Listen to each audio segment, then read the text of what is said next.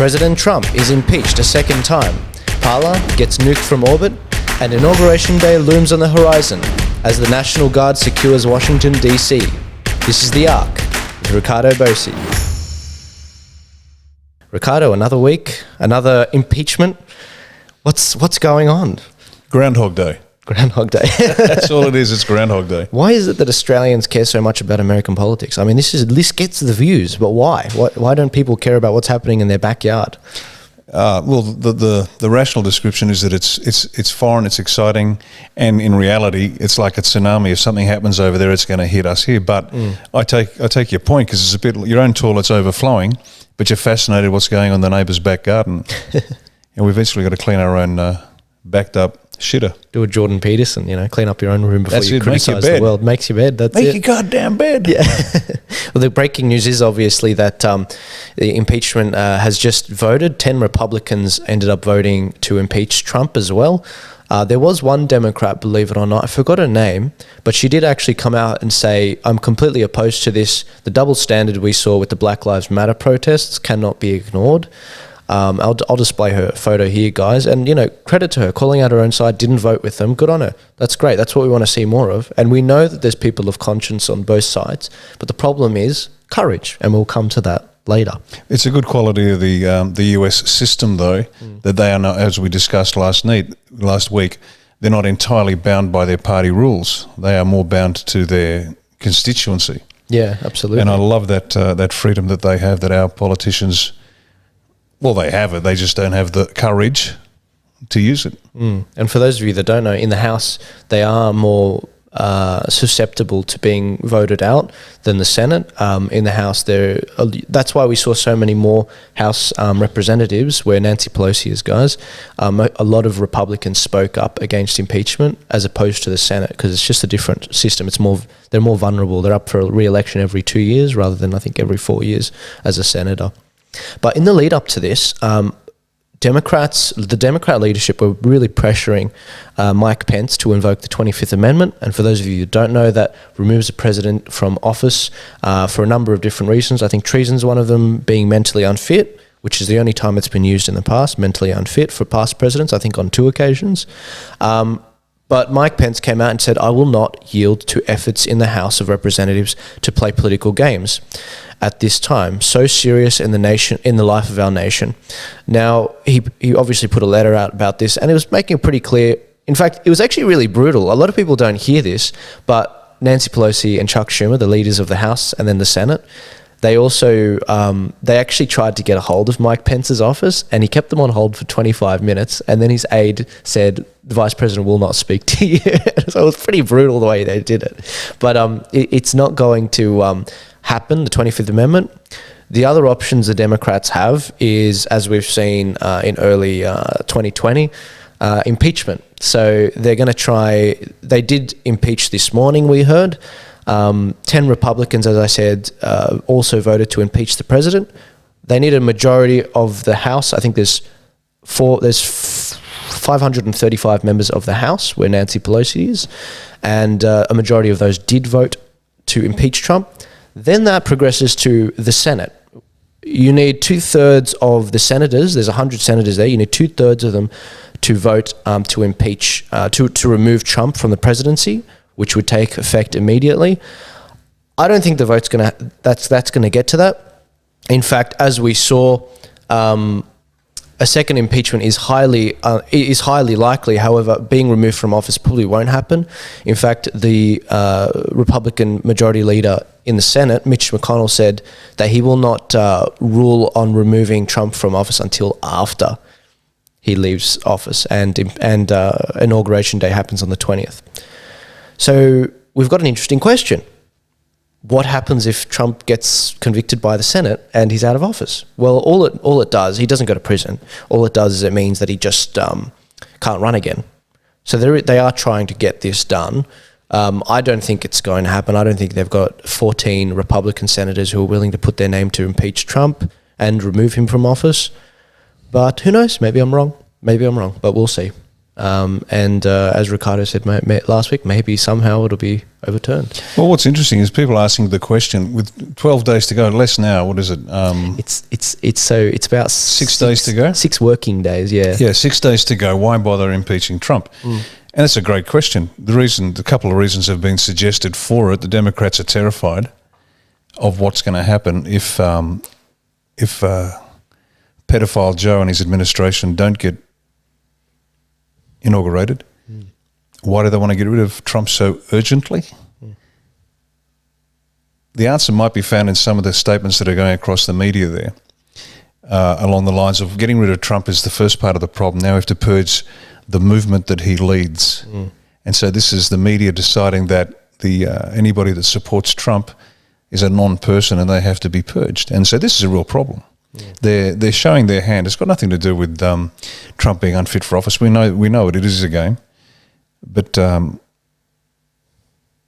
they are after everybody that doesn't think like them. They need everybody in lockstep. And the Trump movement, and it's no longer the Republican movement because the Republicans have shot themselves in the foot. We've seen that from Pence down. Oh, yeah. The last few days have revealed the traitors within the organisation. In fact, even Melania, Trump's chief of staff, bolted, left early, didn't even stay to help her finish out the term. And so this revealed to Trump and everybody else who was on side and who was not. But the larger point is why they want to do it. And they want to purge the US of anybody that thinks outside the communist model that the Democrats now represent. Yeah. These Republicans are going to get primaried and they will go. As I said before, in the House, they're very vulnerable to being primaried. Every 2 years, they're up for re-election. And these 10 Republicans that voted to impeach Trump, they're gone. In my mind, they're gone. In the next 2 years, they'll be gone. And that's really cool because that's what you get when you have an elected representative who is responsive to the people, unlike here. Yeah. When you can be sacked by the electors, that's the way to go. The government has to be scared of the people. That's when you have representative government. Just as an interesting sideline to that, and we'll come back to what you're talking about, but Mick Fuller, the Commissioner of New South Wales Police, apparently said, and I have to check this out, he said it's good when the public are scared of the police. Now, if he didn't say that, I'll let you know next week, but I had to drop it in now. He actually said it in relation to the arrest of an individual woman who was protesting.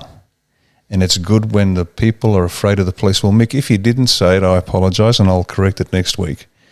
But if you did, mate, you're in for a real shock because you should be scared of the people because they hire you and they pay you. That's right. So I hope I'm wrong. Yeah, I hope he meant respect the police. But yeah, when the elected representatives are responsive to the people, that's a very good thing. That's when you get real control by the people of the government. Coming back to, and it is rooted in facts. 80% of Trump voters, which is 76% of the Republican Party, they're basically the Republican Party, said that they're less likely to vote for lawmakers who vote for impeachment. So, as I said, you guys are going down.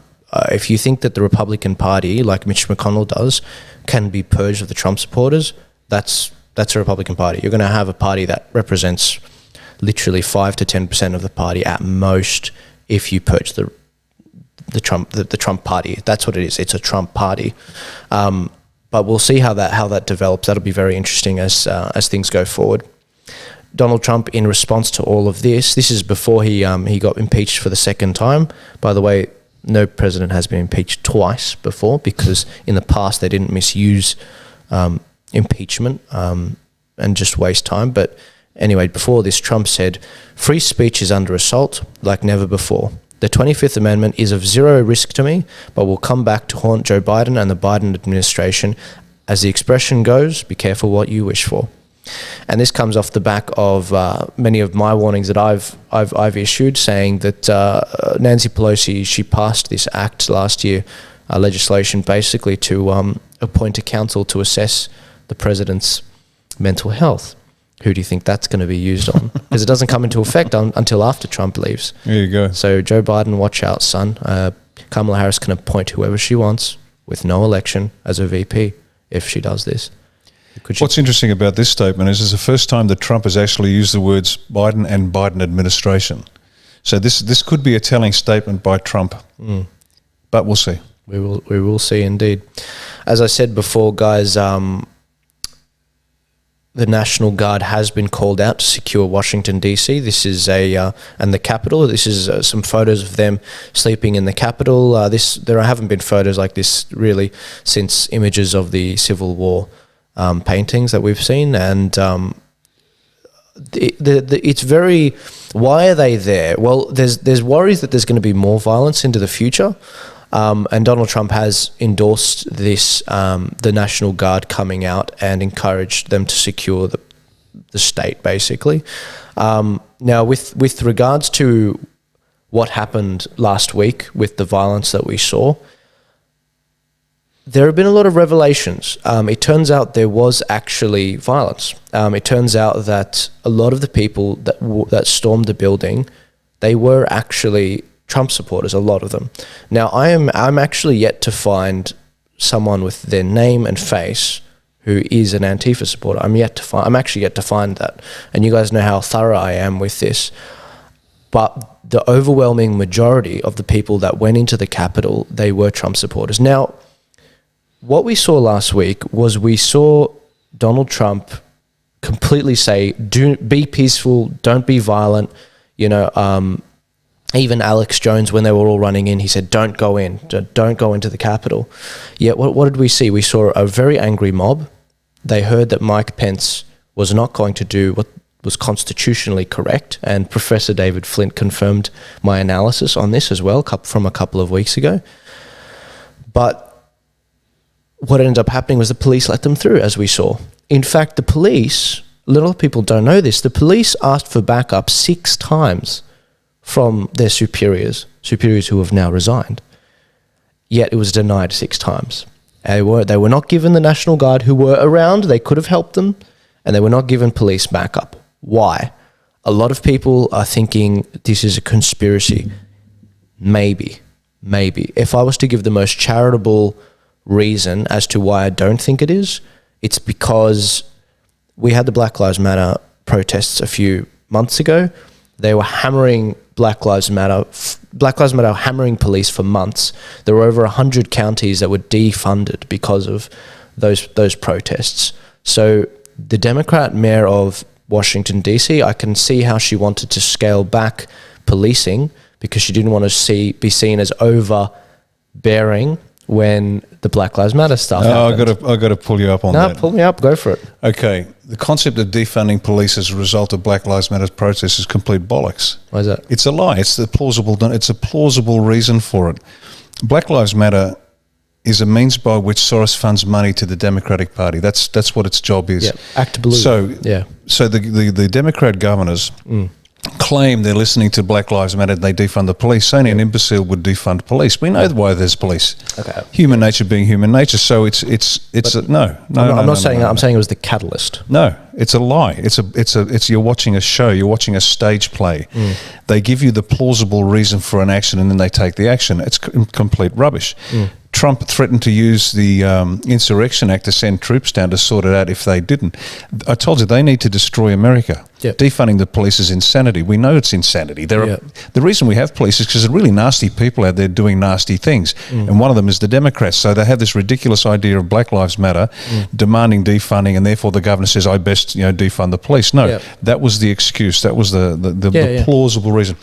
This was a complete setup from start to finish by the Antifa to get into the Capitol to cause the problem. And then that gave the plausible opportunity for rhinos like Ted Cruz and the rest to do their bit. We discussed it last week. Now, you say they're mostly Trump supporters. I don't believe that for a minute. Okay. I don't believe it for a minute. This is a well orchestrated problem. We have the same problem here in Australia. The Riot Squad, the New South Wales Public Order, the Riot Squad people, they were told to give the Black Lives Matter a pass. So we've got thousands of people wandering up the street in Sydney, and they were given a pass. And then they were told to send half a dozen blokes to arrest a mum and a kid in the front of New South Wales Parliament. It's a setup. The whole thing is a game and a play. You've got to stop believing this nonsense. It is a lie from start to finish. There is no way that this wasn't run by the Democrats. This is life and death for them. This isn't a matter of we'll come back in 4 years. If Trump gets another 4 years, they are dead physically. Yeah. The whole lot comes down. The entire cabal, the whole globalist agenda is destroyed. They have to pull every trick in the book, and they lie and they lie. It's called gaslighting. Yep. And for those of you who have not seen the movie, it's based on a film where an individual is persuaded to not believe her own eyes and believe she was going mad. Yep. And that's what they do. They just tell so many, you didn't see that, it didn't happen, it didn't happen. Eventually you start to doubt yourself. This is a non-stop 24/7 charade. And so were there some Trump people in there? Maybe, maybe not the point. The whole thing was set up, even if there were Trump people in it, it's not the point. It was facilitated by the Democrats, by the cabal, to get in there and cause a ruckus. That's all it was. Okay. Sorry, mate, but not in 1,000 years are you going to persuade me otherwise. Yeah, no, it's okay, and that's why we, when I first pitched the show, that's why it was a good idea, because it's not an echo chamber. And I get that, but no. Yeah, no. But we've seen the videos of the cops letting them through. Yeah, the failure to provide support. Yeah, these are all hallmarks of an established operation. They've been doing this for 4 years. You've seen the pattern of behaviour. The only problem I see though is I watched a lot of videos of people I follow, verified people. For example, Courtney Hollett, and you can check her Instagram, guys, for this.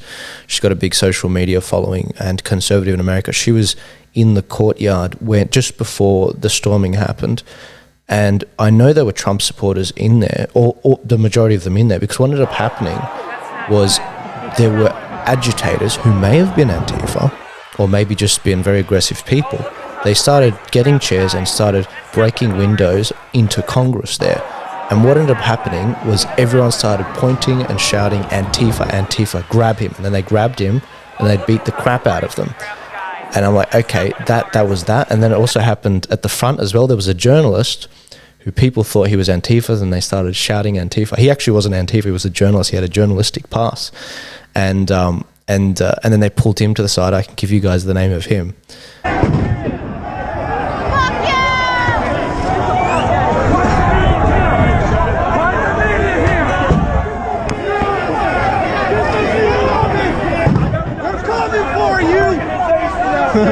And you're not seeing it. You're enjoying it. Get the fuck out. Calm down. Hey. Calm down. Hey. Get out of here. I got him. Okay. All right. Get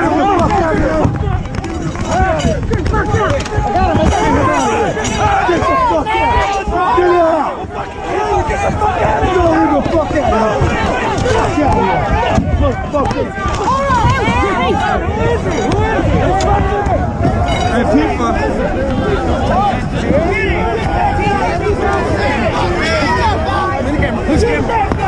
the fuck out. No, he's not. He's not it. Are you Antifa? You Antifa? No, he's not. Come on, guys. Come on. Are you You Antifa? Come with me. Come on. We'll watch you out. Let's go. Come with me. Stop. Let him. Make way. Stop. I'm not going to push you over. Let him out. Let's go. Come on. Let him out. Move. And it was very clear that, okay, this is from the front. Okay, these are Trump supporters. And that's why I'm like, okay, this is what I'm seeing. And this is not ABC News footage. This is from people that were on the ground, that are influencers in the conservative movement, that are grassroots. And I can only say what I see. And so, look, yeah. Have you seen the vision of the photographers taking the lovely, beautifully framed shots as the protesters are running inside the Capitol building, pre-positioned photographers? Yeah, I saw that. Please. So ready to go. Please. Yeah. And look, that's the thing, guys. This is you're going to hear a lot over the next, you've already heard a lot, and you're going to continue to hear a lot. And this is a difficult business. But Riccardo and I, when we're presented with new information and solid information, see, I haven't ruled out anything. I'm just telling you what I've seen at this point, and this is my position. If new information comes up where I'm like, okay, that's pretty rock solid, I'm like, okay, that's it. I've changed my mind. This whole thing was a psyop. They didn't want Trump to win. But this is what I'm seeing so far. And what did we see following this situation? We saw Twitter and all of these other social media platforms storm and ban Trump. Big move, bad move, unfortunately. For those of you that don't know about Twitter, Twitter was suffering before Trump came along, believe it or not. They actually, in 2015, when Trump was running, they were going so terribly that the board had to be presented with different figures just so that Jack Dorsey could keep them happy.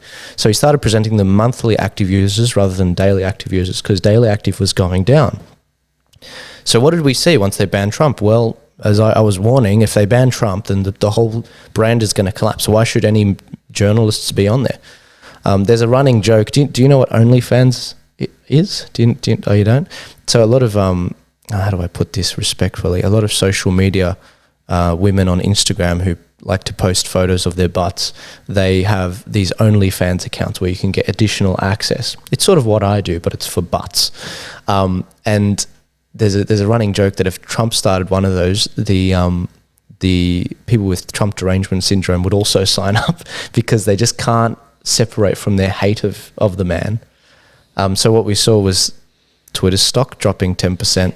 But that doesn't matter. Yeah. See, it doesn't matter to Jack Dorsey and the board of Twitter. The point is that Twitter and all the other social media platforms, Silicon Valley, and this is this is a global movement. This isn't just a couple of disaffected individuals in the United States who don't like his policy on immigration or whatever. Yeah. This is a fight to the death, and I'm going to keep saying it until people get it in their heads. This is a fight to the death. Twitter stocks could drop to a cent a share. It doesn't matter. They're going to pull out every stop to destroy Trump. Because if they destroy him, that's the first step in destroying. We shouldn't call it the Trump Party because it's not. It's the Patriot Party. Because if Trump wasn't there, these guys are still going to be there. And so the Patriots have been awoken, mobilized by Trump, and they need to bring him down. So they'll destroy Twitter, they'll destroy Facebook. Zuckerberg and Dorsey will do exactly what they're told to do. They will do exactly what they're told to do. Do you think Dorsey really runs Twitter? Do you think Zuckerberg really runs Facebook? No. Give me a break. They're just little boys being, they're messenger boys, to use an American insult. Yeah. Whose messenger boys are they? All of them. They're all the same. And so they'll do what they're told to do. They'll be used, chewed up and spat out. This is bigger than just, man, we've got to have a memory beyond the length of a carp to remember the last 4 years and understand exactly what's been going on for 4 years. And for those of us who like history, the 40 years that preceded that. Because this is a long, unbroken chain moving inexorably to the destruction of the globe. It's as clear as day. A lot of social media platforms have been saying, okay, if you don't like our rules, then go make your own places. So obviously a lot of people went to Parler as an option. And what ended up happening was, as you know, they went after Parler because Amazon hosts a server that has Parler on it, 300 servers that have Parler on it. So they gave them 24 hours and said, if you don't get out, then that's it. Game over for you. We're shutting you down. I rest my case. This is not about free speech. This is not about anything other than absolute control. And all of these players are controlled. Like Xi Jinping and Zuckerberg and the big tech, they're just puppets on a string. The premise that they were, and we talked about this on the show last week, the premise that they sort of used was they were saying a lot of these Q people and a lot of these people that engaged in violence last week on the 6th of January in the Capitol were from Parler. Well, it turns out the 13 people that were arrested weren't even on Parler. So and this complaint about this horrendous violence, of which there was virtually nothing relative to the Black Lives Matter protests and the Antifa behaviour for the last 4 years. Not a word from anybody. And all of a sudden, some tragic deaths occurred, and that is tragedy. But relative to what has occurred over the last 4 years, this is nothing. That's right. And these same individuals have been dead silent. Zuckerberg, Dorsey, all of them. Silent. And then this happens, well, I'm sorry, you're off. That's right. You're off. So, folks, you're going to have to trust yourself, think for yourself, read the data, make your own mind up. And if it means you are standing on your own, guess what? You're probably right. Anyway. Twitter and Facebook had a very big role in setting up those Black Lives Matter things, and over 33 people died from those. Is AOC going to get locked up? Is she going to get asked to resign, just like she's asking people like Ted Cruz and Josh Hawley to resign? No, because rules for thee, but not for me. So what does this look like? I hate holding the remote because it's like I'm in a situation where it's like, okay, we're going down the avenue of what if Biden, wins? Well, this is the situation where we're going to look, and it's quite scary. If you lose in Australia, in America, this is the sort of stuff that these crazy people have in mind for us. Check it out. When Biden wins, we'll go through all the Republican voters, and Homeland Security will take the children away.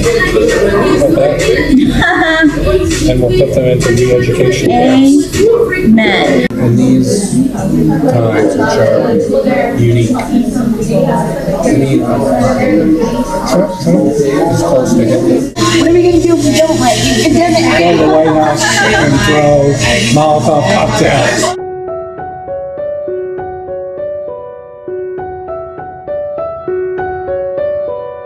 These kids who are growing up knowing nothing but Trump, for 4 years, you gotta wonder what else they're gonna be like. Are we raising a generation of intolerant, horrible people, horrible kids?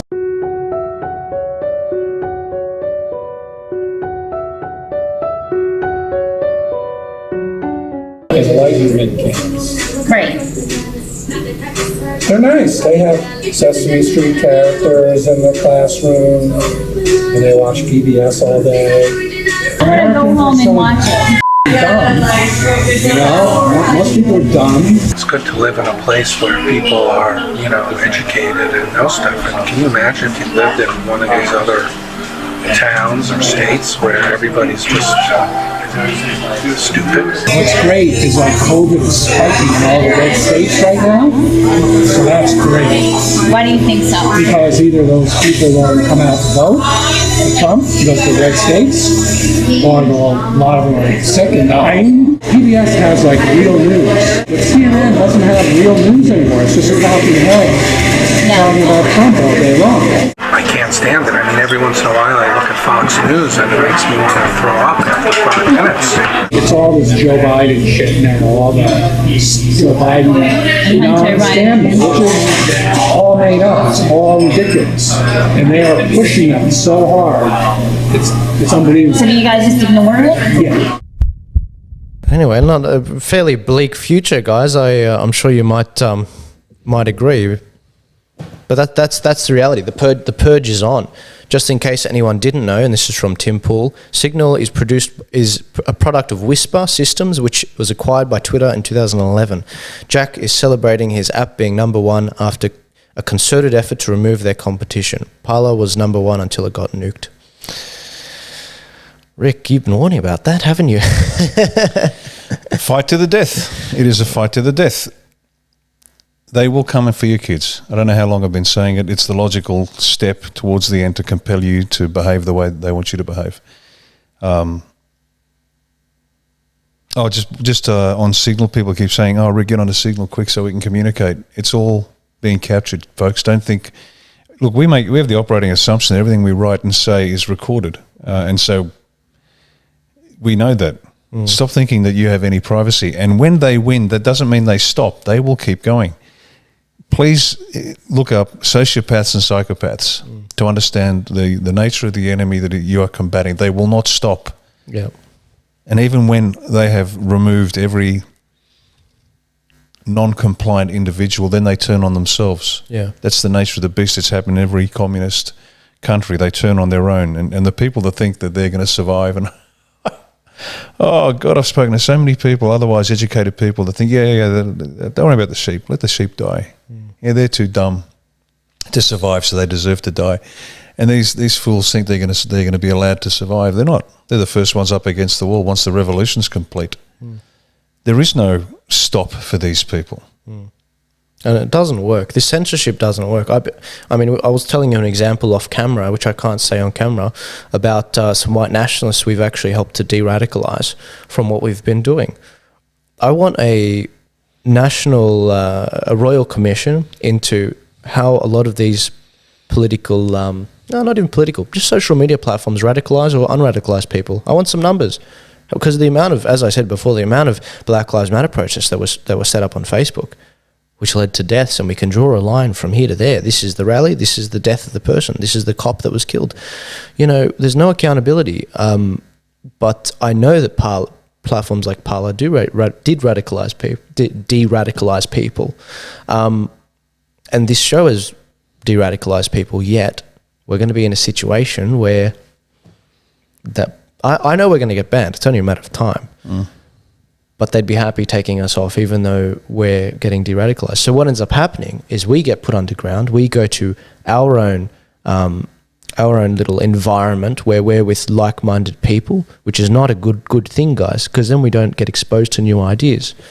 I didn't become a conservative because I stayed with my progressive crowd. I listened to a bunch of different views. That's how I corrected my course. And so this really ties into this next quote. Censoring and purging political viewpoints will not make the ideas suddenly disappear.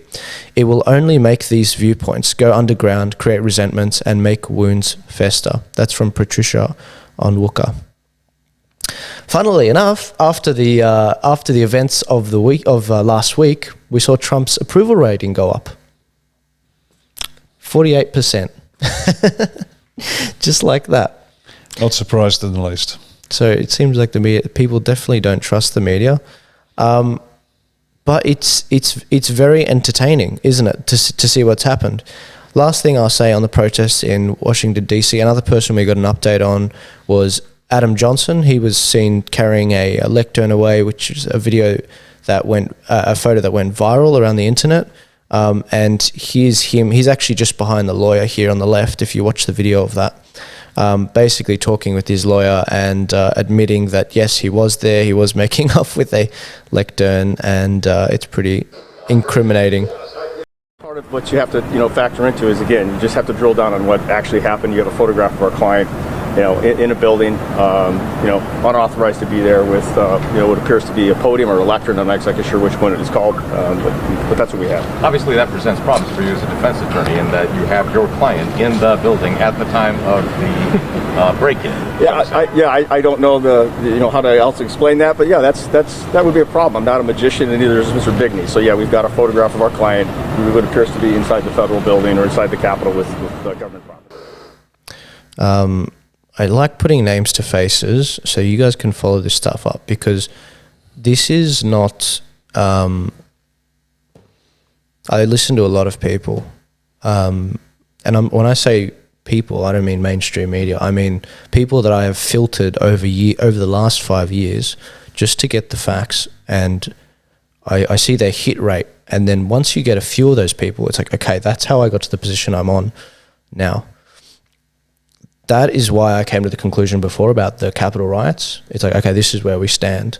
And this is the last thing I'll play. It's from Alex Jones, of all people, denouncing the Q people and what they basically did, going in and breaking into the riot. Because we know there are Q people that went in. The guy with the horns that went in that we showed last week, we showed his name last week.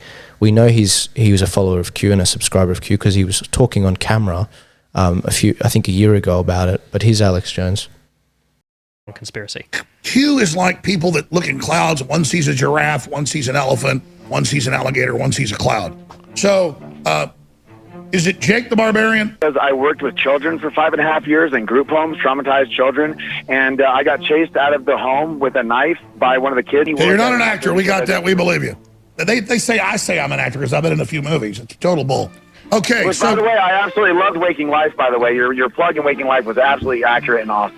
Well, thank you. So, listen, you're a Q wizard, okay? I'm asking you, does Trump end in 12 days? Does Trump what? What happens to Trump? I think that when you look at harmonics, when you look into the way that energy, frequency, and vibration basically create and move all physical form, all matter, then we are all playing a part in a much larger, grander scheme, a much larger... No, I'm not saying there's no harmonics and greater schemes and a pebble in the pond stuff. I know all that. But I'm saying, hold on, I'll let you talk, but I got to say this. But Q told us Trump was invincible and everybody was going to Gitmo. No, so I'm saying it isn't, now the larger, Q leads us once Trump's gone still, is what you're saying. Donald Trump has played a very pivotal role in exposing the globalists and the cabal, exposing the Chinese and the communists, and the way that they've infiltrated our government, the way they've infiltrated our media, the way they've infiltrated our entertainment, the way they've infiltrated our we broke all that. We know that. I'm saying Q tells us stuff and all of it's lies, is what I'm saying. You keep interrupting me. Because you're lying! Because you're full of shit!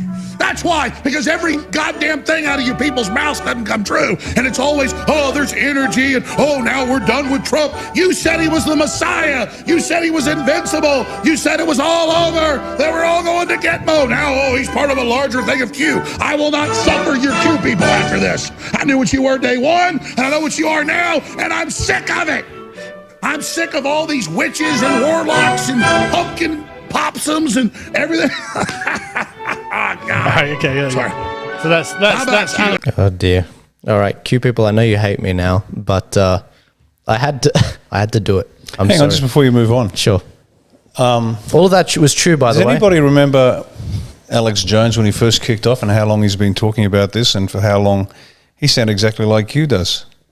But he was right a lot of the time, not all the time, but he was right a lot of the time. So all of a sudden we have the man who stormed the Citadel raising the drawbridge and stopping anybody else from coming up. So, please, once again, even if Q people, even if Trump supporters entered the building, even if they did, it changes nothing. So what? Yeah. So what? Yeah. It really doesn't matter. Tens of thousands of millions, tens of thousands of people, millions of people have done nothing but been law-abiding citizens. They've had rallies. Yeah. There's never been one big problem at a Trump rally. Yeah. And yet all of a sudden everyone has forgotten that because maybe a Trump supporter, maybe a Q supporter was involved in somebody else's setup. Please. It's irrelevant. Stop falling for it. And look, once again, you know what? I'm glad that good old Alex Jones has lost his gourd over this. Watch, read as much as you can, make your own mind up. Seriously, make your own mind up. Yeah. Nobody's infallible. Make your own mind up. Decide where you think the truth lies and stand with that. And have the courage to do it, to stand where you think and say, you know what, I think it doesn't matter. But this is what I find devastating about the whole situation. It's that, okay, we've been through months of what just happened with the Black Lives Matter riots, and there was no accountability. No one resigned, even though there were clear incitements to violence, yet the Trump supporters do one thing: storm the Capitol. Sure, it hasn't happened since the Civil War, but it's frustrating because it's like for example, this weekend there's going to be riots across all 50 states, all these capital cities in the main states, and it's completely disproportionate, and it's very frustrating because it's like the media, something goes wrong and then the media just piles on. And it's not going to help. And a lot of people are saying that they didn't do this violence. I reckon that they did a bit of it, but it's only going to get worse. If you keep screwing down on these people, you say you can't speak, you can't do any of this, it's going to get worse. I'm predicting more violence, and it's not going to be like maybe not. This was a psyop. The next bit of violence certainly won't be. It certainly won't be. People are very frustrated, and if you keep taking away their voice, they're going to snap. And I've seen a few people this week snap, and it hasn't been great. And when I say snap, I mean some people snap in different ways. Some people commit suicide. Some people will commit an act of terror. Some people will just disconnect completely and not want anything to do with it. And we've seen that these last few years. But I don't know, Rick. We'll see what happens. This is a lot of people. The internet is really divided on what's been happening, and it's very. Why would anyone believe the mainstream media after 4 years of demonstrable lying? Why would anybody believe the mainstream media? You shouldn't. What I find fascinating is that the alleged Trump supporters have all of a sudden fallen on their knees and weeping and tearing their party dresses and clutching their pearls and running around with their hair on fire. I don't get it. I really don't get it. My goodness me. Stop it. Yeah. But let's move to something that that Riccardo's actually put forward. It's from Lieutenant General Thomas McEnany, and he ties in with what happened at the Capitol. Riccardo, did you want to add any more context to this video? I didn't actually find where this was videoed or anything like that. Yeah, no, the video speaks for itself, and you'll find out who General McEnany was, and his connection to various people within the organisation. But this is illustrative of what senior people in the US, sober, measured, judicious people, understand as a result of their connections to exactly what is going on firsthand, rather than like us poor sods having to watch the news. Now, this guy's a man of unimpeachable reputation and position. He was the number 3 man in the Air Force before he retired. Stellar career, but you'll see that. But the point here is to understand this is someone who's been close to the game for a long time. And so let's let him speak for himself. The what? Nancy Pelosi's laptop. Is it with FBI today? I wouldn't give it to the FBI. Yeah, right. We don't Somewhere trust else. that. Ann's Okay. got pictures of it. Okay. And I thought that was counter information operations on us. But no, Ann, I've seen the laptop our special forces took out. That's why she's so frantic. Think about it. You only got, 12 days? The 20th day's the 8th? 12 days? Now let them go out. But they're calling, she calls the chairman of the Joint Chiefs of Staff. The vice president misses the opportunity. And unfortunately, I believe the vice president's committed treason. Now we're going to be listening to the full interview of General Thomas McEnany. But first, I wanted to show you all of his credentials, as his rank is a 3-star general, lieutenant general, 3rd Tactical Fighter Wing, and you can just read all of his credentials for yourself, and you can look at all these awards that he has got for serving in our U.S. military. This is no slouch of a man. This is a very highly decorated, respected man of our U.S. military. This is the full interview. Listen very closely. The fact is COVID-19 was a biological attack on the world. It was to, number one, impact the economies. Look at it. Look at this place. First time I've been here since COVID-19. It's an air raid. And so they've impacted our economies. Number two, it was a direct attack on the election. And they knew what was going to happen. So obviously the Democrats, whether they're in a party or what, are in collusion with this. And what they initially started with Hong Kong, taking over Hong Kong, violating what the treaty was and all that. So they want, it's hybrid warfare, using cyber warfare and different tools, economics, a whole host of things, to change the world. And they have done it very effectively. Now, what we are all of a sudden realizing, because I didn't become involved with this till the 1st of November, when I found out that a program called Hammer and Scorecard were going to be used as a cyber weapons tool, cyber warfare tool, to take and change the voting. And it did. And I called Rudy and Sydney, and someone got me in touch with them and told them. So I learned on the 1st of November, Sunday. The 2nd, I was on Steve Bannon's show with Sydney as a co-host, saying what was going to happen. And on the 3rd, what happens? It's factual. And so now we have an unconstitutional government, and you don't even have to know what I know about the cyber warfare, because they violated their constitutions when they changed the rules. And let's examine those battleground states that they know that the fraudulent voting came in. And it always comes in late at night. And so what we found ourselves with, again, and I found it this Tuesday night, is they have taken control. They have taken control of our society. And we have one person, we just came from there in the White House, standing in the way. And it's gonna mean, and you don't fully realize it, but every one of us here, every American out there, is going to have to stand up. We read about it in history, we read about Normandy and all of that, but now we are in it. And so we must spread it. We cannot surrender. And the president said he wouldn't. You all know that that attack on the Capitol was done by Antifa, but it was enabled by McConnell, by Schumer, by Pelosi, and the mayor. They knew that was coming. You've all been up there. There were hardly any security police there, and they moved in, and Antifa did their thing, and then the media picked it up. I worked for Fox for almost 17 years. It's disgraceful what they're doing. And unfortunately, Rupert is driving that with his sons, and they have now merged with the rest of the mainstream media. This is serious.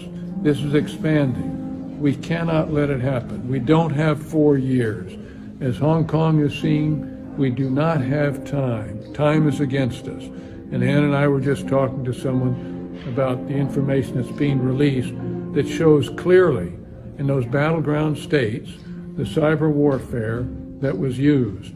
We also found out, I found out yesterday, that Comey, the former FBI director, sold the Hammer and Scorecard, this top secret program, to the Chinese.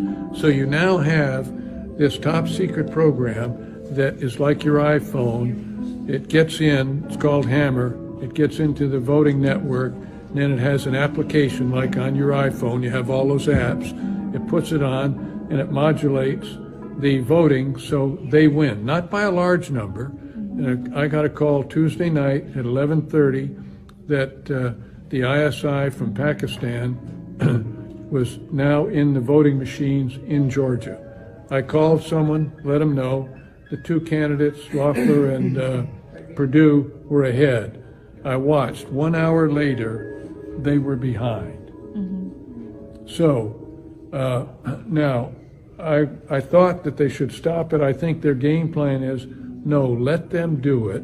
We have this evidence. We will present this evidence to the American people so we can judge.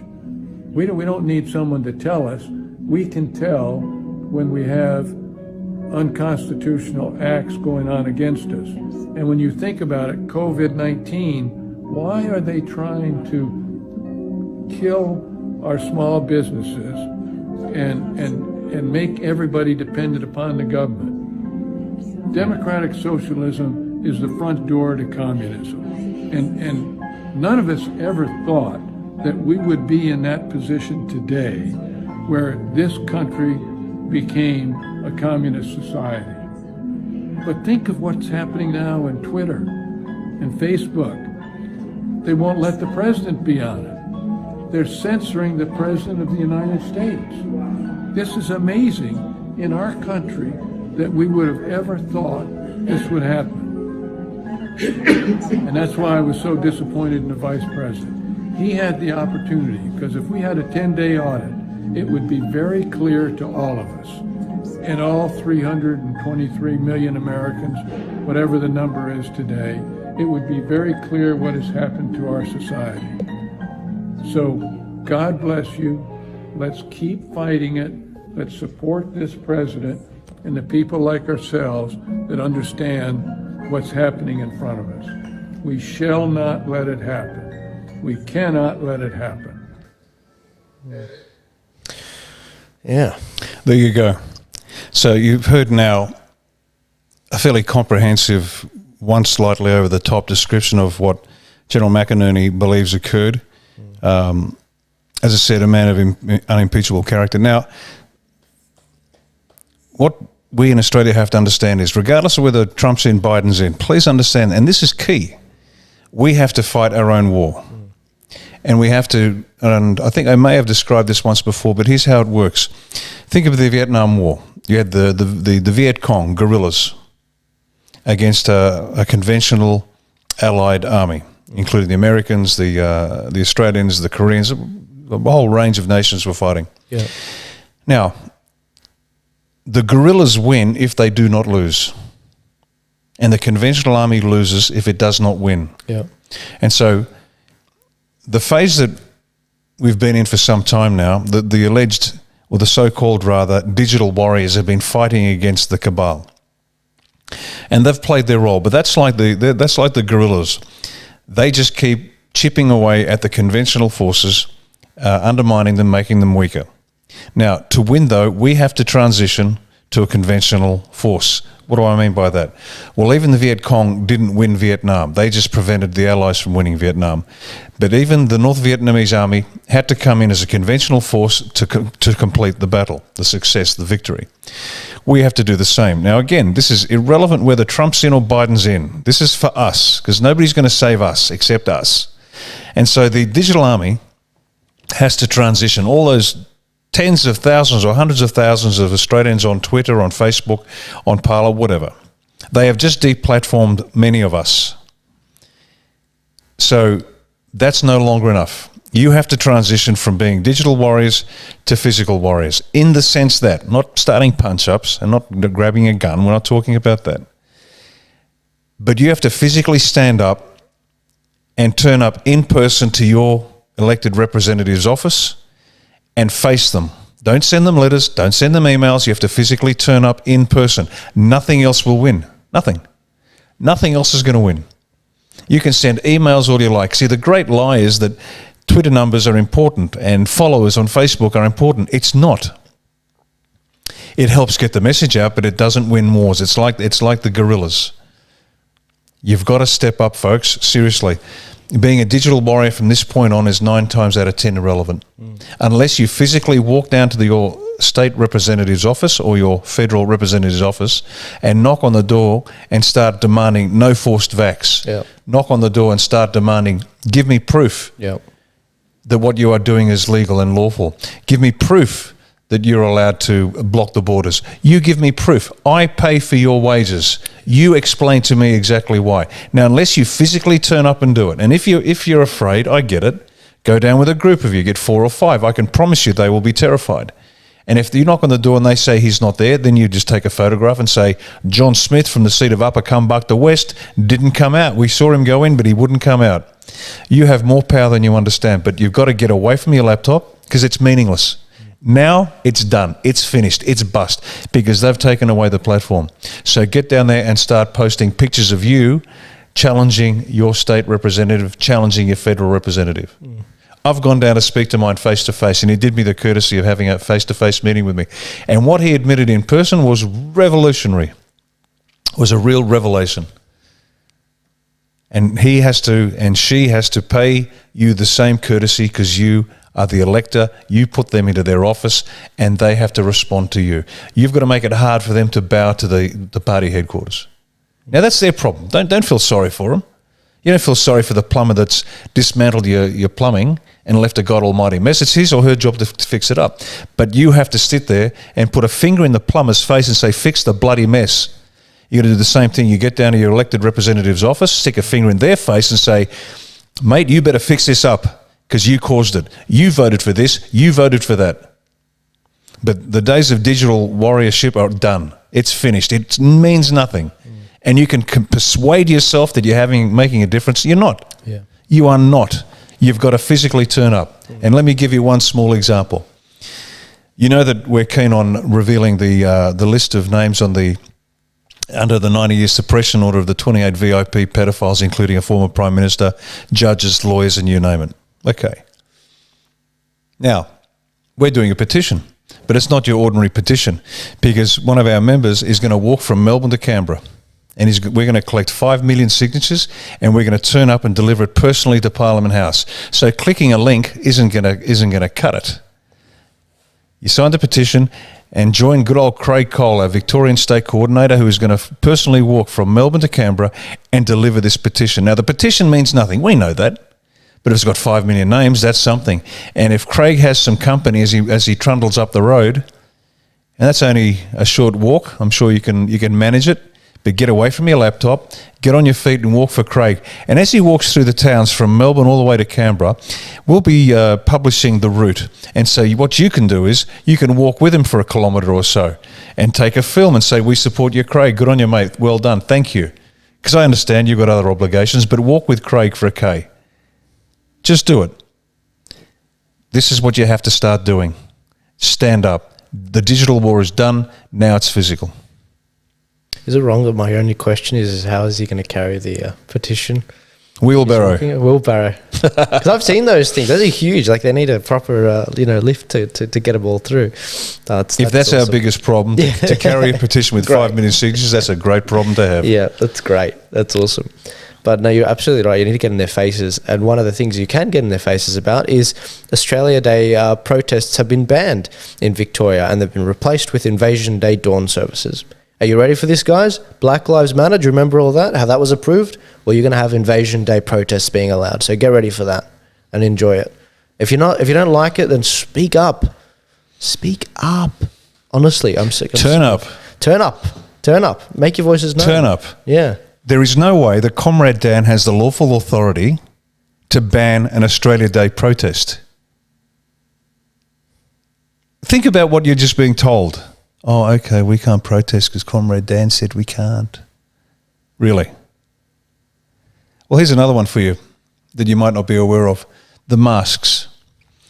In New South Wales, good-for-nothing Gladys Berejiklian, the New South Wales Premier and Premier baby killer in the state, who authorised full-term abortion. And no, Gladys, I'm not going to let you get away with that. The directive came down that you must wear a mask in supermarkets. Yeah. Really? Okay, let's have a look at that. Now go to Advocate Me, where Serene has got all the data, so you can check this out. Please check it out for yourself, but here's the short version. There are exemptions to wearing the mask. Now, last week I explained how it's actually an unlawful direction. You cannot be forced to wear clothing or a mask or have your movement controlled unless you're under a control order. And to be under a control order, you must personally, not collectively, personally be proven to be sick in a court of law, and then there must be a pandemic as well, which we don't have. But even put that to one side. Yeah. There are exemptions to wearing a mask. Now, those exemptions include many things, and one of them might be you have a medical exemption. So if you have a medical condition, that gives you the right not to wear a mask. Now, what does a medical condition comprise? Well, the obvious ones are respiratory illnesses where you have difficulty breathing, no problem. One of the little-known ones is anxiety. Now, how is anxiety defined? Anxiety is defined as having trouble with a situation over which you have no control. You're worried about something over which you have no control. Now, to whom does that apply in Australia today? Everyone? I think it is everyone. Now, here's the really good part. If the coppers pull you up, and believe you me, the coppers are on our side. They really are. Certainly in New South Wales. Vic, you got a different problem. But in New South Wales, the coppers are on our side. Now, here's the deal. Because they're asking the same questions. The coppers are actually saying, hang on a minute, is this lawful? And they are not getting answers from their superiors. Good old Mick Fuller, the man who allegedly said that the people should be afraid of the police. And just by the way, his senior leadership are more divided than you can imagine. But that's a separate story. They're not giving the answers to the coppers. And if you suffer from a medical condition, let's say anxiety, like you're facing a situation over which you have no control and you're worried about it, you can say, well, I have an exemption. I have a medical exemption, and the police are not allowed to ask you what that cause of that medical exemption is, and they are not allowed to ask you for evidence of that simply because that's a breach of medical privacy. Does that make sense? So everyone following me here? So if you are worried about something over which you have no control, that is the formal definition of anxiety. And anxiety is a legitimate exemption from wearing a mask under the health rules. Then guess what, folks? Feel free to go to Coles and Woolies in your local supermarket without a mask, because if you are challenged, all you have to do is say, I have a medical exemption. What's the medical exemption? I don't have to tell you. And that's it. It is as pure and simple as that. This whole thing's a joke. And I mean, one of the examples of that was this week, the World Health Organization, they basically redefined what herd immunity is again. Now, we've talked about this in the past, but this is actually slightly different. They said on Monday that even with the widespread rollout of the vaccination program, herd immunity will not be achieved in 2021. Dr. Soumya, I'm not even going to try and pronounce the last name, the health body's chief scientist, you can go find them, spoke at a press conference and urged people to continue strict social distancing measures for the rest of the year because it will take a while to build up that immunity. But you know what? These protests are fine, aren't they? Abolish Not Australia. Oh, yeah. Not a problem at all. If the masks work, why do we need to social distance? If the social distancing works, why do we need the masks? If the vaccine works, why do we need either? Because if you've got the vaccine and it works, then you're immune. But the vaccine doesn't work, apparently. You need a second vaccine. And even then, it's not guaranteed. Yeah. Ladies and gentlemen, please make up your own mind. Does this make sense? Does it pass the sniff test? Does this smell right? The only thing these people have got going for them is the lie is so big that you cannot conceive that it is a lie. It is just so big. The whole world under control of a conspiracy? This is crazy talk. Except for one thing. That's exactly what Joseph Goebbels said. Hitler's Minister for Propaganda in World War II, Dr. Joseph Goebbels. Tell a lie, and if it's big enough, they'll believe it. Yeah, just keep repeating it. Yeah. Okay, let's talk about United States President Donald J. Trump's Executive Order 13959. Now, this executive order prevents investment in Chinese communist military companies. So every company that's invested in anything to do with Chinese communist military operations or capability or development is now legal. Now, this is has a devastating effect on the American companies that are heavily invested in this, but it's effectively a declaration of war against China because they are ripping out the guts of the deal. And so this is the interesting part we're now at. This is the formal declaration of war that, as I said last week, China hadn't done us the courtesy of telling us that they are at war with us. Now, this is going to have impact in Australia as well, because we have any number of companies involved with the Chinese Communist Party. Trump has now made it illegal. It's going to affect everybody.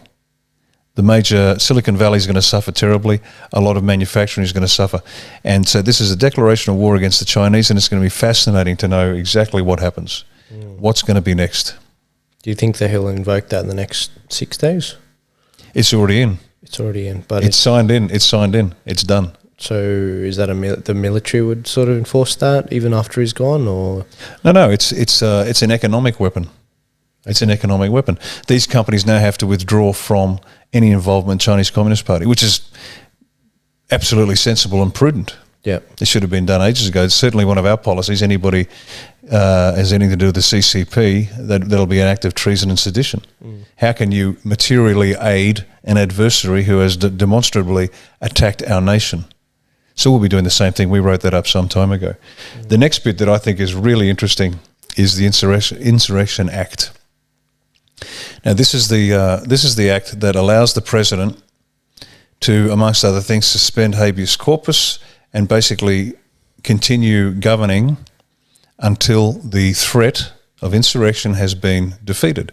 Now, all the steps have been put into place, and this is still open to Trump to do, including one of the steps, as I said last week, was to formally tell the insurgents to disperse. Now, this allows him to continue governing the United States. There is no requirement for an inauguration on the 20th because this is effectively a state of emergency. Now, this is not unusual. It's been rolled out 23 times in the US's history. So it's not an unusual thing. Most recently, 96, I think, George Bush Sr., the LA riots, he rolled it out. He considered doing it later as a result of one of the hurricanes. Trump threatened to do it in relation to some of the riots, but never did. So this rolling out the Insurrection Act is not anything unusual or new. Once again, the lamestream media will try to persuade you that it's something controversial and challenging. It's not. It's just part of the rules because they're smart. So it's going to be extremely interesting watching whether Trump rolls out the Insurrection Act, continues governing, utterly legal. Lincoln did it. Yeah, and when Lincoln did it, just if you don't mind, he actually ended up, I think, jailing the Chief Justice at the time. It was let's say, contributed to his night at the theatre. But it's been done before. It makes sense, particularly when you're under attack from an insurrection. And so they're two little things that I guess you won't hear on the news, but keep your eye out for both those things. Executive Order 959 and the Insurrection Act and the implications, the impact it's going to have on China and the United States.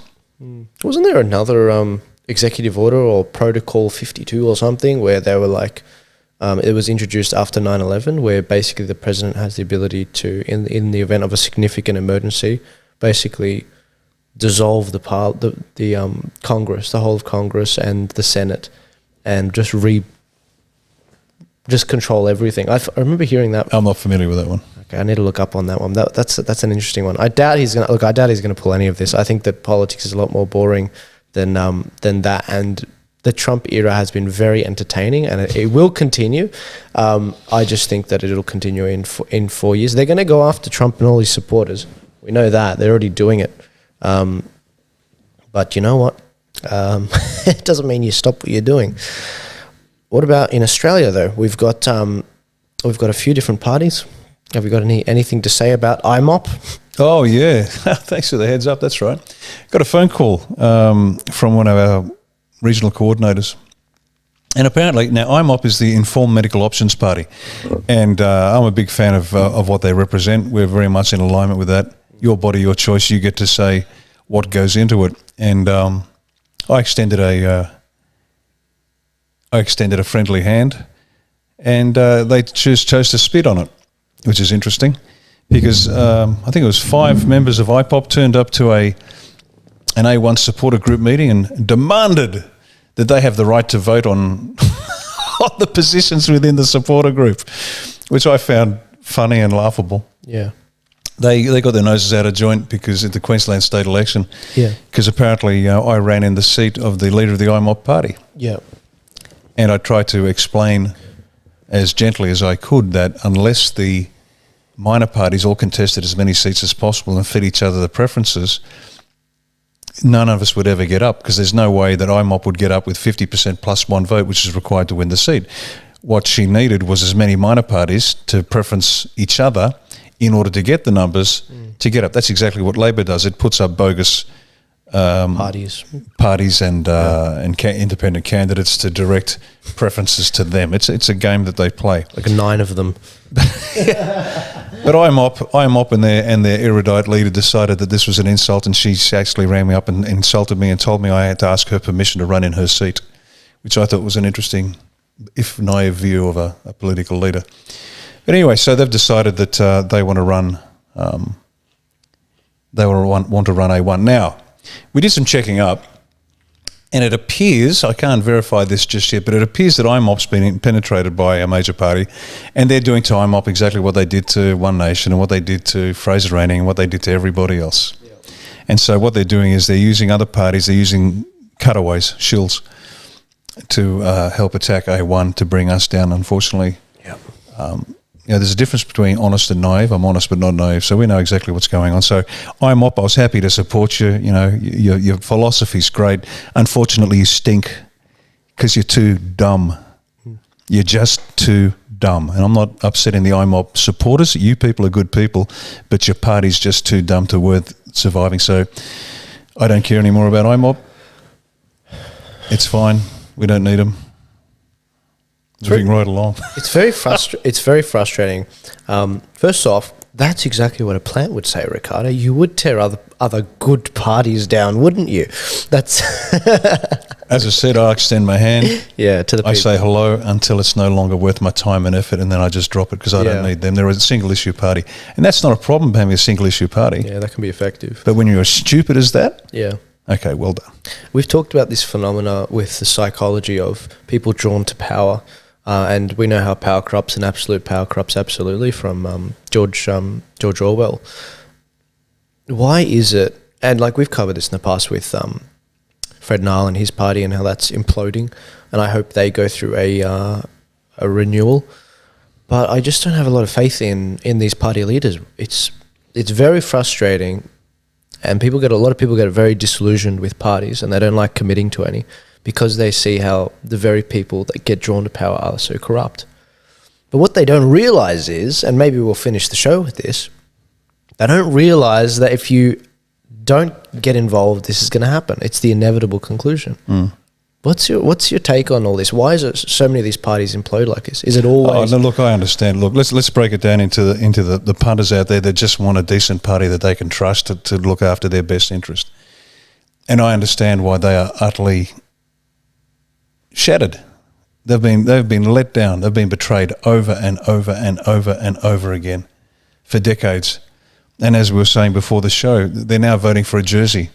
See, in the old days, you'd play for a team because you knew Ray Price for Parramatta, and Ray was a hard man, and Peter Sterling. These were Parramatta players through and through, and so there's a connection with the player. Now, for those younger people in the audience, you won't know Ray Price or Peter Sterling, but watching those two turn up, the sort of guys that would have a beer and a cigarette at halftime and go out and crack skulls again. League in the old days was brutal, but anyway.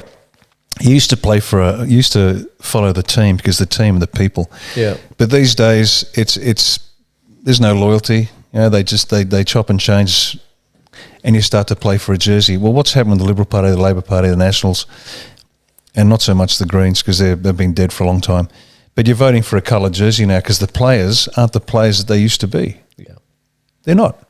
Yeah. And so the average elector out there sort of looks at the blue and they go, oh, I vote Liberal. But then if they knew who was wearing that jersey, they wouldn't vote for him. Oh, I vote Labor, I vote for Red. If they knew who was in the jersey, they wouldn't vote for them. Yeah. And so those people are utterly disenchanted. Yeah. And I get it. It hurts. And that's what motivated me to do this. I didn't want this job. I literally didn't want it. You had a great life. Oh, travelling and... Man, I can tell you can pick an easier profession. Yeah. But somebody had to do it because nobody was doing it. And we put our faith in various people, and most recently Corey Bernardi, and that didn't work. And I just thought, you know what? But it does attract a particular type of person. It's the person who wants the job that shouldn't get the job, if that makes sense. It was Thomas Sowell, if you don't mind me butting in. He said that if you enjoy board meetings, you shouldn't be in politics. Oh. It's like power. It's like they never had power before, but you've usurped it. It's like you were bullied in school, so you became a lawyer so you could bully other people. It's extraordinary. So the people who are attracted to politics, by and large, who want to get in, and this is one of the reasons we had to set up our own party, because all the other parties were popular by people. Their primary objective was to get a job on the executive of whatever they set up. Yeah.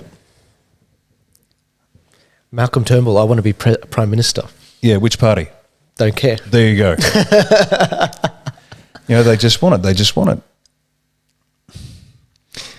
During the talks, when I'm explaining the purpose, method, end state, and I did it on the show, and there's an end and a means to an end. And the analogy I used was, if you are trying to resolve a siege hostage situation, is your mission to save the lives of the hostages or kill the terrorists? Yeah. Now, one's an end and one is a means to an end. Yeah. I've got so many advice from people saying, you've got to get into power. That's your first objective. No, my objective is to save Australia. Getting into power is a means to an end. Yeah. And that's what they don't get. I get so many people telling me how to get into power. I know how to get into power. That's easy.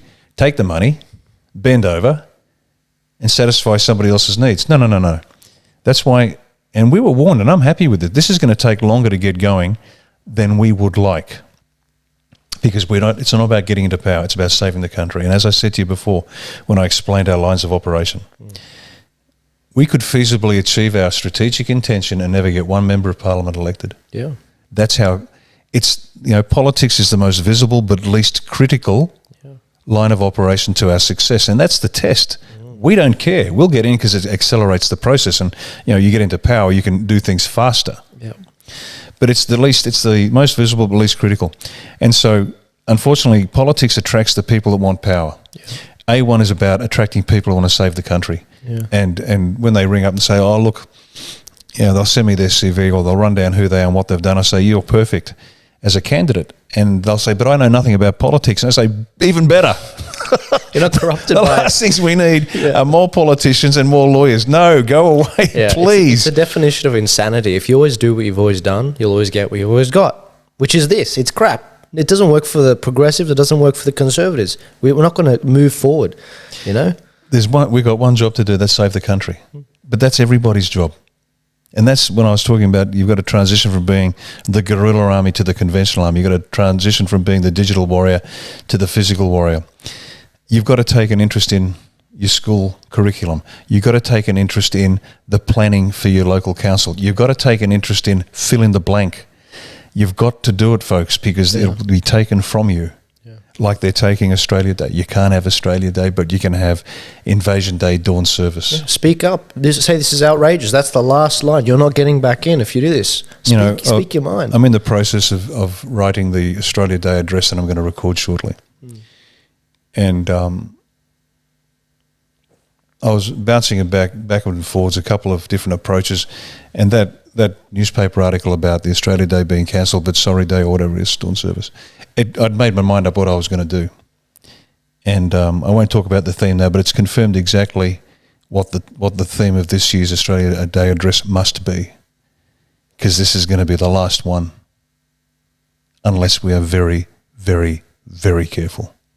Unless Australians start to realise that they have to stand up and start knocking on their MP's door, start getting involved in school curriculum, start getting involved in planning, start getting involved in every aspect of political life to the level at which you are comfortable.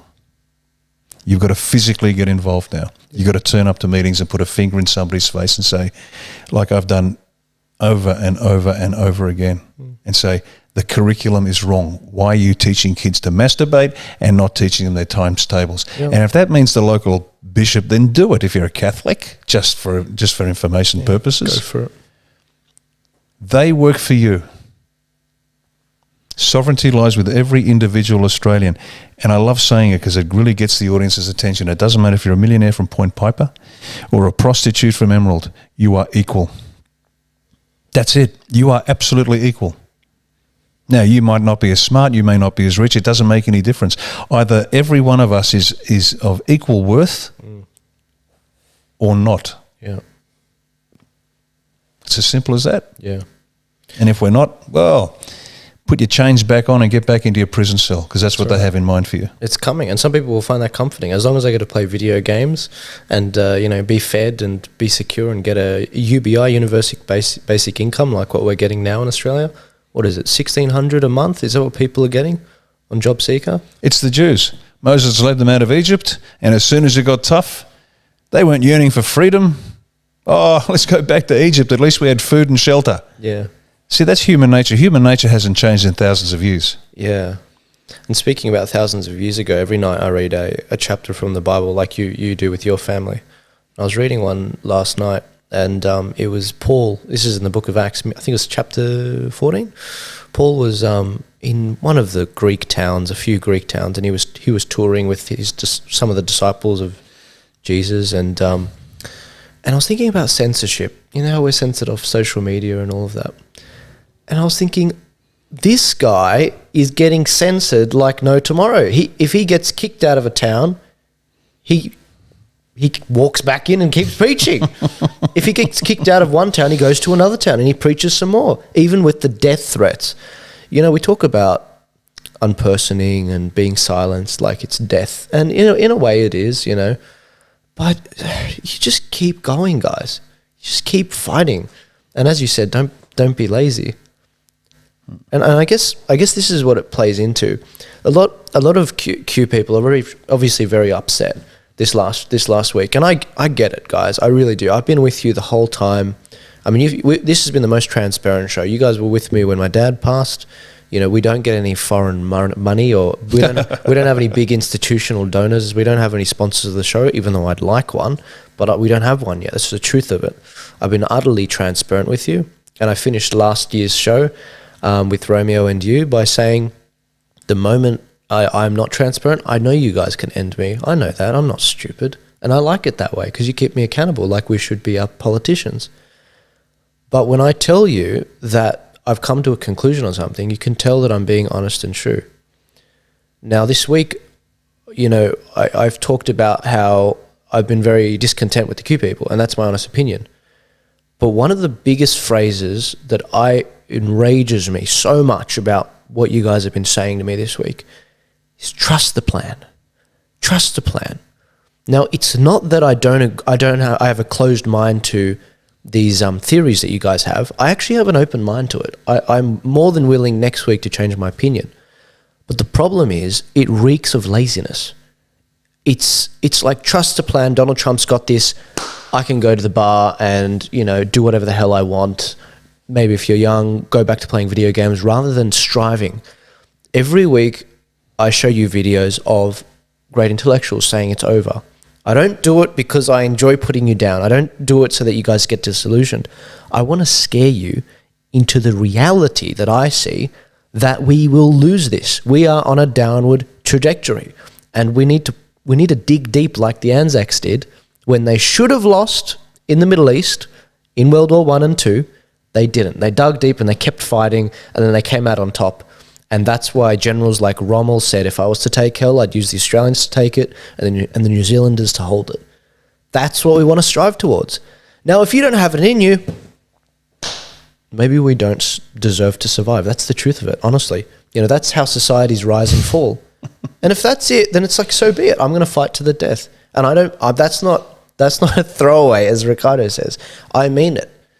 I have relatives in the Middle East who have been beheaded because of their beliefs. So if you're not going to behead me, if you're not going to kill me and pull my tongue out, I'm not going to stop. So save your resources on me, because I'm not going to stop. And I hope that you guys feel the same too. A lot of people this week have been wondering where Romeo Georges is. Now, Romeo's pulled back on a lot of what he's doing, and I respect his reasons for doing it. He's got a family. I don't. I've got no kids. But he has pulled back, and he'll only be on, I think, Telegram and YouTube. But he's been censored on all social media, Instagram, YouTube, 30-day ban, Facebook. So if you're wondering where he is, that's where he is. But you got to keep fighting. You have to keep fighting, damn it. Otherwise, you will lose this. And that's the thing. I love you, Q people. We go back and forth, and we have our jokes and fun. But I'm trying to give you this advice about the reality of the situation so we can move forward, because it's the sooner we do that and the less we say lazy phrases like trust the plan, the more you will be encouraged and emboldened to actually do something. We can't do what we've always done. Have I got that wrong? No, that's exactly right. And what that looks like is, I play my small part. But what that looks like is this. We've talked about voter fraud. Check out what Project Veritas has been doing. James O'Keefe, a conservative, brilliant journalist. Check him out. Breaking news here, James O'Keefe at Project Veritas. Our investigative reporting into ballot harvesting has led to an arrest. The Texas Attorney General has just announced that Raquel Rodriguez has been arrested for ballot harvesting. For voter fraud, she could face up to 20 years in jail. As you recall, Raquel Rodriguez was the individual we caught on tape in San Antonio, Texas, talking about cash for votes. When you do things like this for votes, you're talking between $5 to $8 per vote. Saying, quote, I could go to jail. I'm a little apprehensive to tell you what I'm effing doing. What I do in picking up the ballots when he was with me, that's illegal. I could go to jail. So I'm a little apprehensive to tell somebody what I'm doing. We caught her on tape. She was committing voter fraud, and everyone said voter fraud never happens. It can't happen, that no one's held accountable for it. Well, guess what? Raquel Rodriguez today, you could see her on a perp walk. There's the picture of her with her hands behind her back. The Attorney General of Texas making an announcement, quote, many continue to claim there's no such thing as election fraud. We've always known that claim is false, and today we have hard evidence. The Attorney General's office went through all of our raw tapes, talked to our investigators, we cooperated with them. Attorney General, quote, the shocking and blatant illegal action documented by Veritas demonstrates a form of election fraud my office continually prosecutes. I'm fiercely committed to ensuring the voting process is secure and fair throughout the state. Raquel Rodriguez was also caught on tape talking about how many votes she can bring to the polls. Let's take a look at that. So on a day like that, how many ballots do you think that you can do that with? I've already done, I don't know, probably like 1,800. And so I can honestly say I'm bringing at least 7,000 votes to the polls. Describing how much it would cost to buy 5,000 votes. $55,000 upfront, 5,000 votes. That's right. Cash.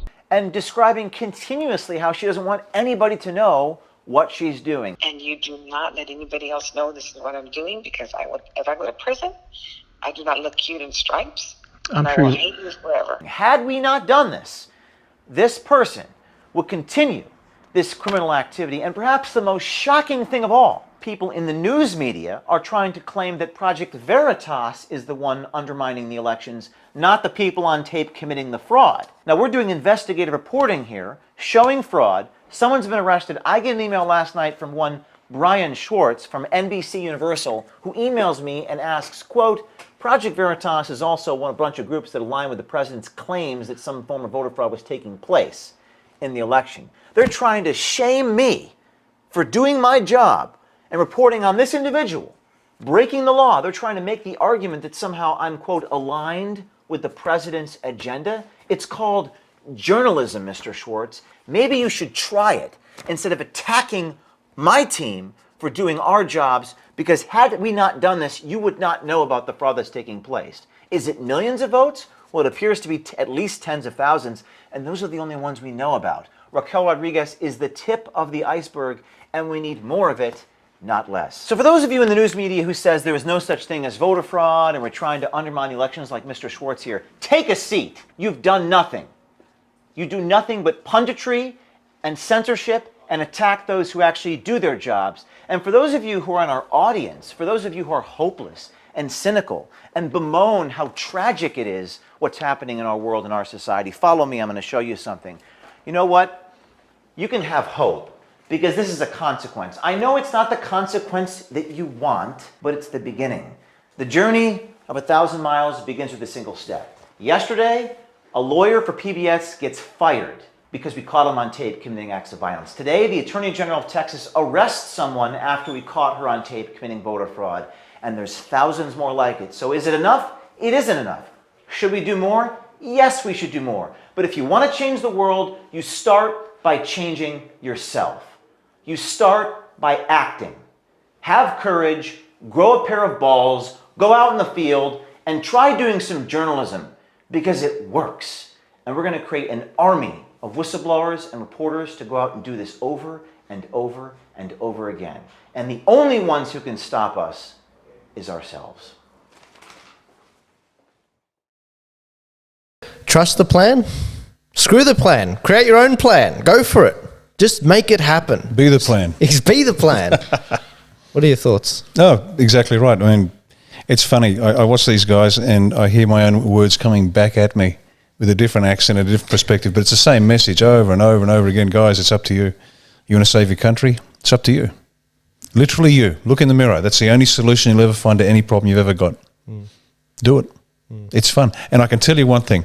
I sleep better at night knowing I'm doing something, because I would be incandescent with rage, yelling at the TV like I was doing 3 years ago because I hadn't started this journey. And we've all started somewhere. I know nothing about running a political party. 3 years down the track, I've got a good idea about it. Better still, I know how we're going to win too. So you've got the skills, you've got the ability, just step up and do it. Absolutely. Well, guys, it's on you. It's on us. It's on each and every one of us. And exciting things to come. Exciting things to come. We've got Inauguration Day next Wednesday.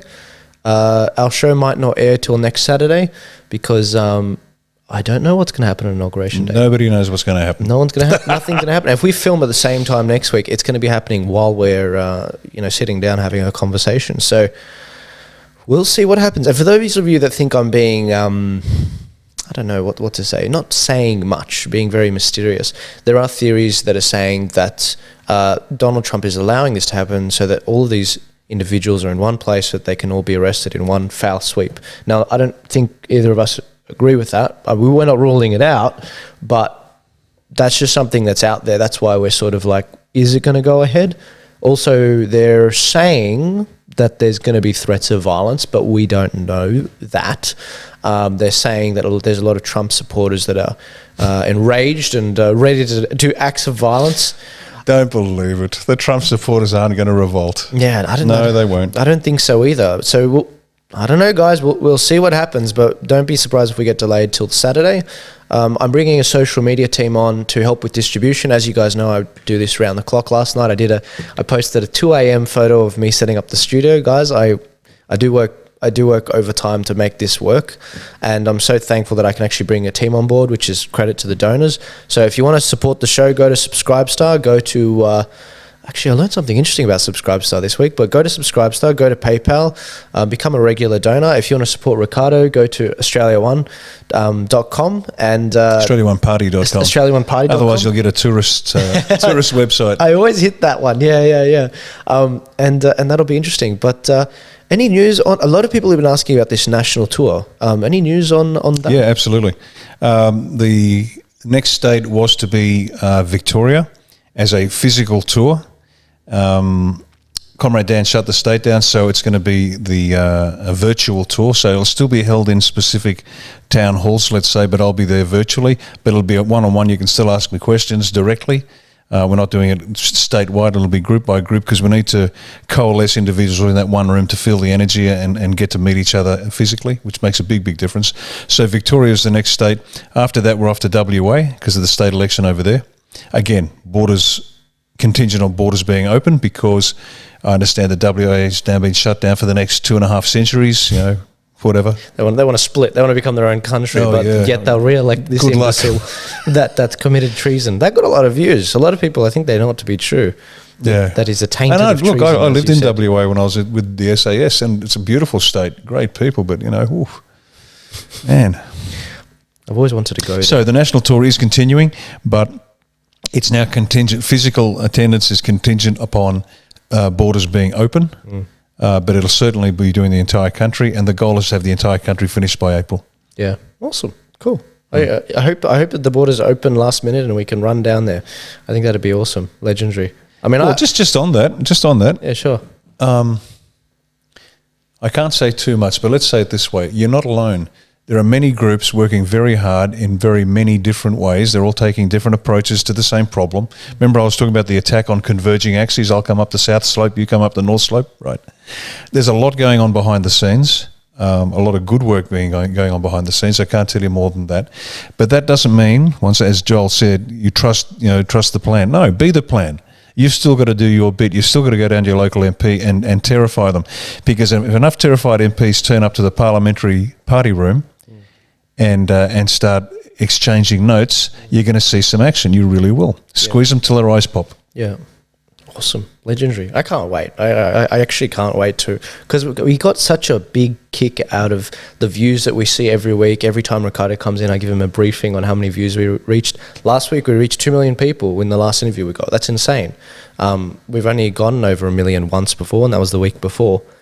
I love meeting the faces behind the numbers. The numbers don't mean anything to me, but what I do know is that the number behind the number is a beautiful face, someone who wants change, and that's why they tune in. And Queensland was an example of that. I mean, we were flooded with love and affection and for what we're doing, and it was just legendary. And I know that that's the case for the other states as well, especially Victoria. Are you running any candidates in Western Australia at this stage? Still deciding. We're looking at a few. Again, the 4 criteria: winning candidate, winnable seat, boots on the ground, money in the bank. And one of the end state criteria is we owe no favours, we owe no money. And so I make it hard for people. It's up to you to save your country. I can't do it. I've already run in two elections. Yeah. As I said, I may or may not run in a seat because I might have to sit in the background and keep the organisation developing. Yeah. While you storm the beaches, and I'll eventually get there. And once again, I have to meet the same criteria as everybody else. I don't automatically get a seat just because I'm me. I have to win the trust of the electorate, and they have to vote for me as their candidate. And I'm subject to the same recall elections as everybody else. Yeah. Okay? But and for transparency's sake, sorry, did I cut you off? I don't know. I don't think so. And for transparency's sake, he can't actually run in Western Australia. He's actually in Queensland right now, unless he would. Oh yeah, no, I'm not running in WA. Yeah, in WA, but down the track. Election, down the track. If and when I decide to actually run for a seat, but no, not in WA. Yeah, sure. No, some people pick up on this stuff and then they build a YouTube career on criticising the show. Oh, good luck to them. Good luck. It's a waste of a life. Oh, it is, unfortunately, because we won't be here forever, guys. Once we save the country, we're going to be gone. You're going to have no career. What are you going to do? It's irrelevance. It's make yourself relevant. Do something useful. Yeah. Get on the field. Yeah, get on the field. Get out of the stands. Get on the field. Pick up the ball and run to the try line. And when they knock you down, don't cry. You get up, you pick up the ball and go again. That's how winning is done. Well, Rick, another week, another week of people burning their hair and running around. I have to admit it's a little bit draining, but we're here to sort of make sense of it, and it's awesome that you're here to sort of help us wade through these waters. Oh, I'm as relaxed. I'm just utterly relaxed. I know it's all going to work out well. Now, having said that, just before we wrap up, understand we're going to be going through some tough times in the days, weeks, and months to come. We are going to be going through some very tough times. 2 things to remember.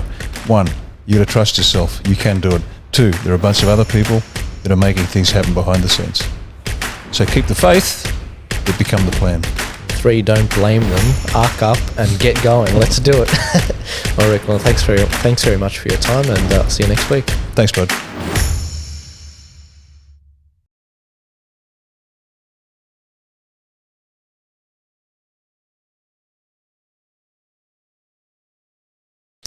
This week we also saw that our mate Pete Evans had his show cut from Spotify. Now, we've seen him cut a few times. His book was stopped being sold at places like Kmart, and it's terrible because no one likes a bully. So this week we are displaying his book, We Don't Like Bullies, and this is our endorsement of Pete's stuff. Now, full disclosure, I'm purely basing my opinion on this book on Riccardo because he's obviously used some of Pete's past books and has done some of the cooking, but I've never cooked anything of Pete's before. Oh, look, professionally, his recipes are just superb. He's got an excellent one for people with autoimmune disease. He teamed up with a specialist, and it's a fantastic book. I use that as the basis of my cooking for my wife. As you know, she's got MS. So technically, the recipes, they're simple and they're tasty and they're brilliant. But the other thing, why would you want to take on someone like this? This is nothing but a good bloke. Yeah. I mean, he's your classic good bloke. If you look up at the dictionary, good bloke, there's a picture of Pete Evans. Yeah. He's a nice bloke, and he wants to cook. And yet they want to take him down. So if you want evidence that they are bastards, why would you want to take this bloke down? You wouldn't. So look, go out and buy his book, cook his recipes, and look after him because he's just a great guy. It's because he's a Nazi, Riccardo. That's right. He wants the Aryan race to rule over the world in the Fourth Reich. But now let's. The Fourth Reich is already running the planet. That's what we're trying to get rid of. It never died. The Fourth Reich just continued unbroken from 45. But no, seriously, great guy. Personally and professionally, I've never met the guy, but he's just a good bloke. He really is, and he's got nothing but the best of intentions for himself, his family, and for the country. So back him if you can. Actually, you know what? The Unshackled are running a poll right now. You're just trailing him in terms of the biggest contributors for 2020 in terms of waking people up. Are you joking? Really? Yeah, I'm not kidding. Oh, no one knows. Don't tell me that. No one knows about that. But yeah, he's just he's doing some significant moves, and they keep coming after him. Yet he's still kicking goals, and that's the story that we've talked about in this episode. Yeah, keep pushing forward. Good, awesome. See that? See that? This little shit right here was meant to be the close-up in my interview with Riccardo, where I sit there. But no, it decided to film for 1.5 minutes and then cut out. So that means this week's interview is basically going to have 1 minute of me at the front, and then it's going to disappear. Now, you guys know how narcissistic I am. I love looking at myself on the camera. Wink, wink. But this is not acceptable. If that was Riccardo's camera, you wouldn't see a close-up on Riccardo either. Guys, you know I've been railing about this for a very long time. These cameras are temporary. I can't have this being a temperamental thing if I get significant people in here. I'm going to have to upgrade. These cameras are going to have to upgrade eventually. So any donations this week will definitely be going towards a camera. I've been saving up from previously. I need about minimum $1.5 grand per camera because these things can get very expensive. Sometimes, I mean, if you're at TYT, they've got like $10,000 cameras. But I'm not going after those. I'm going after, budget for now. But I can't stick with this forever. I can't, this is good quality, but I can't have it cutting out. If I have it cutting out and there's no one to help, then it's like, okay, it's gone. So, I mean, if you guys are able to donate to PayPal or become a regular subscriber at Subscribestar, please do. Please do. It's a big help, and it helps me a lot when it comes to editing. Otherwise, so now what this video is going to look like this week, it's going to be 1 minute of me, and then it's going to be, 1.5 hours of the big camera and just Riccardo. The big camera and just Riccardo. Now, we all love Riccardo. I love him too.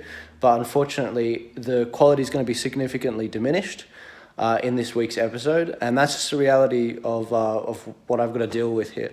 So, I mean, any donations, guys, greatly appreciated. But it's very frustrating every time this happens. But you guys have a good week. I'm looking forward to sharing this video with you. I am bringing on board some distributors to help me out with take a big load off my back. They're going to take about 8 hours a day worth of work off my back, which is going to be great for distribution and just putting it all on the social media platforms and cutting the clips, doing thumbnails and all of that. So that's really exciting. But this right here, this is a money issue. This isn't a time issue. I do need some funding on this. So if you guys can help out, I'd greatly appreciate it. Take it easy.